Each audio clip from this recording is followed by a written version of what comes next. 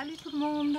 Alors, vu que je suis un peu en manque d'interaction humaine, je suis privée d'animation, j'ai décidé de vous inviter un petit peu chez moi aujourd'hui pour une teinture Garance sur un magnifique tissu de soie, tissé main, donc qui va avoir son grand jour aujourd'hui. C'est le genre de projet que j'aime bien faire, même si c'est toujours un petit peu pas stressant, mais enfin si, on a un stress positif quoi. Hein, on veut vraiment faire honneur à ce beau tissu. Du coup, j'ai préparé ma cuve qui est en train de chauffer gentiment et on va s'y mettre.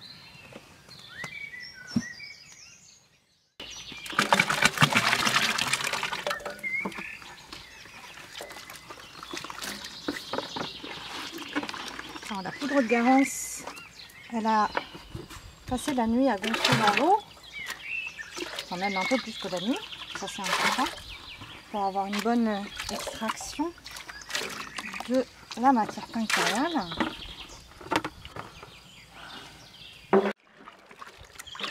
Et donc là, le bain va être prêt à recevoir la soie. On va ajouter un petit peu d'eau parce qu'il y a 4 mètres à teinter, donc je pense que là au niveau du volume on va être un peu juste, donc il faut rajouter de l'eau. Alors, ça va bientôt être le grand moment. Donc du coup, une fois qu'on a commencé à teinter avec la Garance, il ne faut pas s'arrêter parce qu'il y a des risques de taches. Donc là il fait relativement chaud, donc je vais monter assez vite en température. C'est bien pour ça que certains tissus je ne les fais pas l'hiver, parce qu'un tissu qui va me prendre une grosse heure et demie à teindre en été, il peut me prendre 3 heures voire plus en hiver. Donc forcément c'est beaucoup plus compliqué, c'est beaucoup plus physique. Déjà que c'est assez physique. Donc là la cuve elle a une bonne température. J'ai du bois à portée de main pour ranimer le feu au cas où. Et là il faut qu'on monte jusqu'à environ 70 degrés en remuant.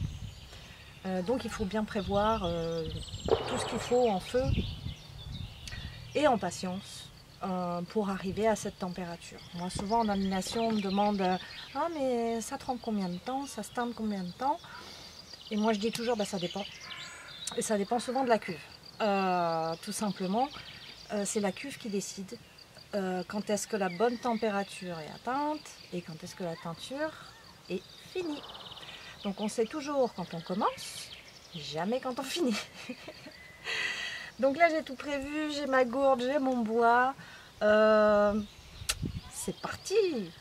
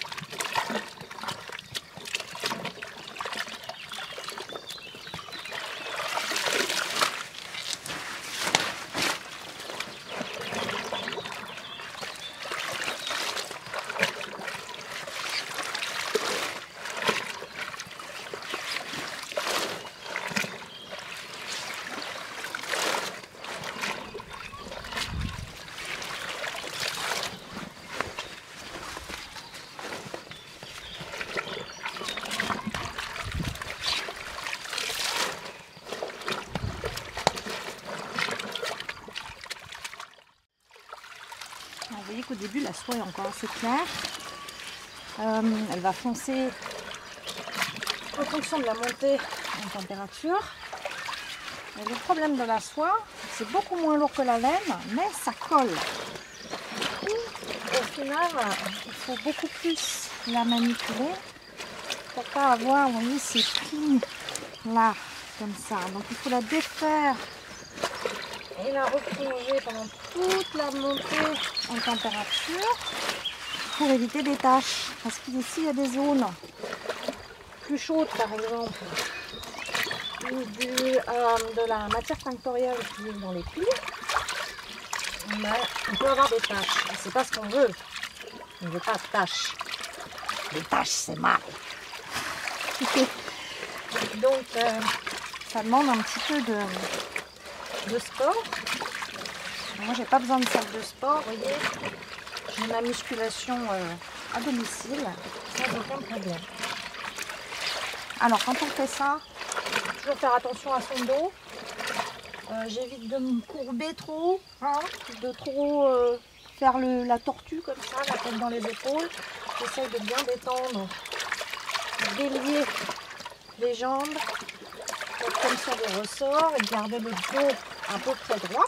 C'est important, parce que c'est pas la peine de s'user. Hein.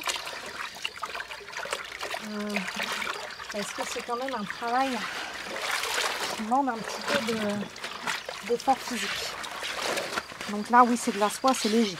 Donc déjà, on n'a pas le facteur poids du tissu, ce qui est déjà pas mal. Alors, la soie, c'est plus costaud qu'on le pense. Hein. Là, on a l'impression que je suis en train de la malmener et que je vais lui faire du mal. Mais en fait, c'est relativement costaud comme matériau. Il faut bien sûr pas y aller non plus comme un bourrin. Il faut y aller doucement. Mais il faut quand même pas mal la bouger. Vous voyez qu'elle est gentiment en train de foncer. Vu que c'est une soie que je ne connais pas, que j'ai tenté une fois à l'indigo, mais pas encore à la Garance. Donc j'ai utilisé un poids de matière tinctoriale en fonction du poids de la soie qui, je pense, m'amènera un beau rouge. Mais si ça se trouve, j'aurai besoin de refaire un bain. Et ça, je le saurai juste à la fin de cette histoire-là. Parfois, ça arrive que sur une matière qu'on ne connaît pas, par exemple, on n'ait pas la bonne proportion, qu'il en faille un peu plus. Et du coup, c'est double peine.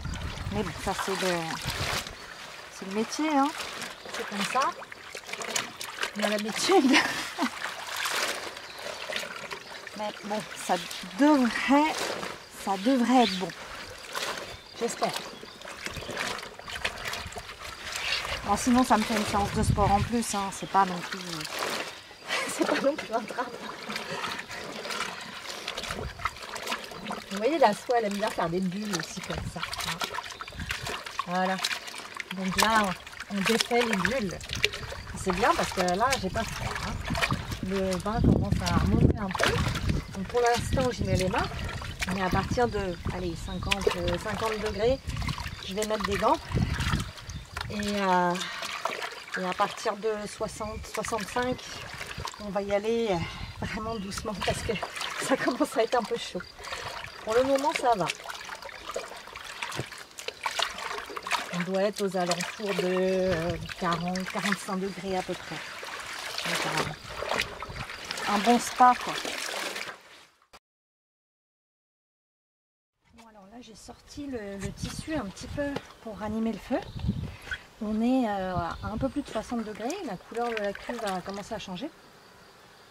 Et le chaudron commence à chantonner un tout petit peu. Donc ça, oui, généralement il commence à souffler comme ça vers 55 degrés. Et puis après il craque, enfin il fait ses petits bruits de chaudron en fonction de la température. Ça c'est assez pratique. Donc c'est reparti. On va la remettre dans son bain.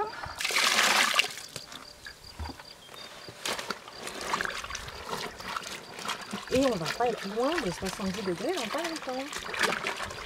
On a même un petit rayon de soleil sur la cuve pour voir que la soie commence à bien rougir. Ça, c'est très bien. Je ne sais toujours pas à ce stade si j'aurai la couleur que je veux. Parce que sur un tissu cher comme ça, je ne vais pas m'amuser à faire un échantillon. Je me ferai taper sur les doigts. Donc pas le choix, il faut y aller un peu à l'aveugle. Et il faut voir quand ce sera sec, demain. C'est toujours un petit peu le suspense de voir s'il n'y a pas de taches, si la couleur est bonne, si voilà, tout va bien quoi. Mais bon, on essaye de faire le maximum pour faire le mieux possible. Ah non, pas la tondeuse. Bon, là on arrive en fin de peinture. On n'est pas loin de 70 degrés. L'odeur est bien. Et puis, on voit que notre tissu, il est quand même beaucoup foncé. Regardez ça comme c'est beau. Ça, c'est magique quand même. Je fais quand même un métier assez extra. Hein. Et puis ce moment-là, hein, de la fin de peinture comme ça, ouf, c'est toujours un joli moment. Même si là, je suis pas sûre que le rouge soit assez foncé. Mais bon, comme je disais, hein, sans échantillon, on est un peu dans le brouillard. Mais on verra ça une fois qu'il sera sec. Mais quand même, j'adore. Regardez ça. Regardez-moi ça. Ça rend heureux, ça. Moi, je pense qu'au final, mon but, c'est de bien travailler, de faire mon job du mieux que je peux, mais surtout de rendre les gens heureux. Parce que des belles couleurs végétales, ça fait du bien aux yeux, ça fait du bien à la main, et ça rend heureux quelque part. C'est quand même chouette de faire un métier où vous pouvez rendre des gens heureux avec des trucs tout bêtes.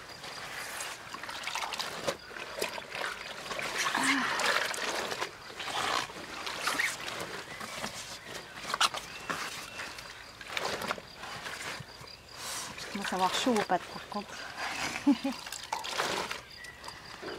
Ah là là.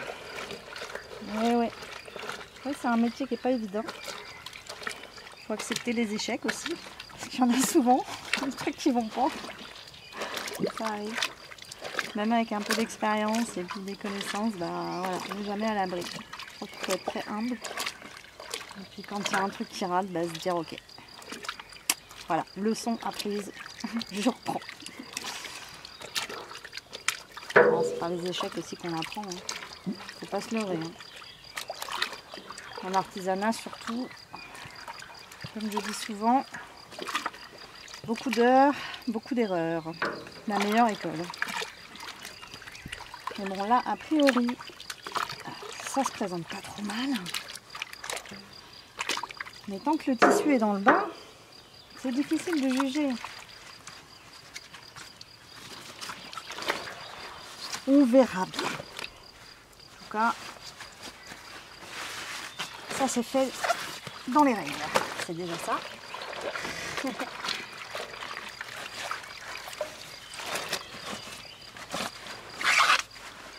Alors, il n'y a plus de soleil, c'était beau au soleil. Ouais. Et voilà, c'est terminé. Donc on va laisser le tissu tranquillement refroidir dans son bain. Et puis on verra ce que ça va donner demain. Voilà, il faut un peu de patience, même beaucoup de patience en peinture. Donc j'espère que ce petit aperçu de mon travail vous a plu. Et je vous dis à bientôt. J'essaierai peut-être de faire d'autres vidéos si j'arrive à me motiver. Comptez pas sur moi pour faire un Facebook Live ou un truc comme ça, ça me gonfle. Mais ouais, des petites vidéos de temps en temps, ça change un peu. Et puis comme ça me permet aussi de parler de ce que je fais, comment je le fais, etc. Et ça fait toujours plaisir de partager tout ça. Salut, à bientôt.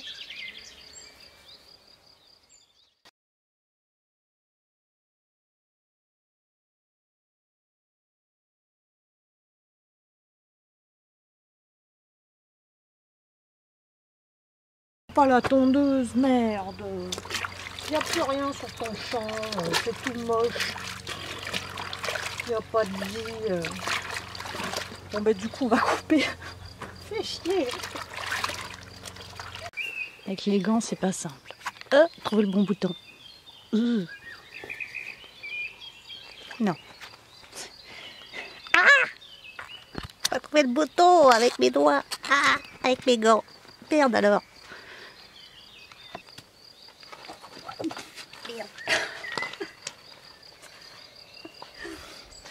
Si je me casse la gueule, c'est pas cool.